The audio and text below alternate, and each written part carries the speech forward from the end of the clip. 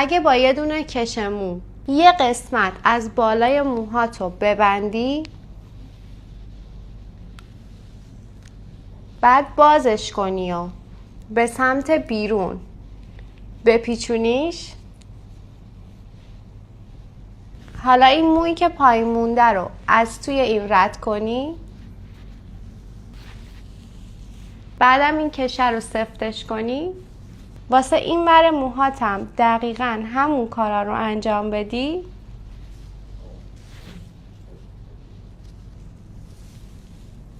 حالا باید این بافتا رو یه ذره شل کنی که معلوم بشه.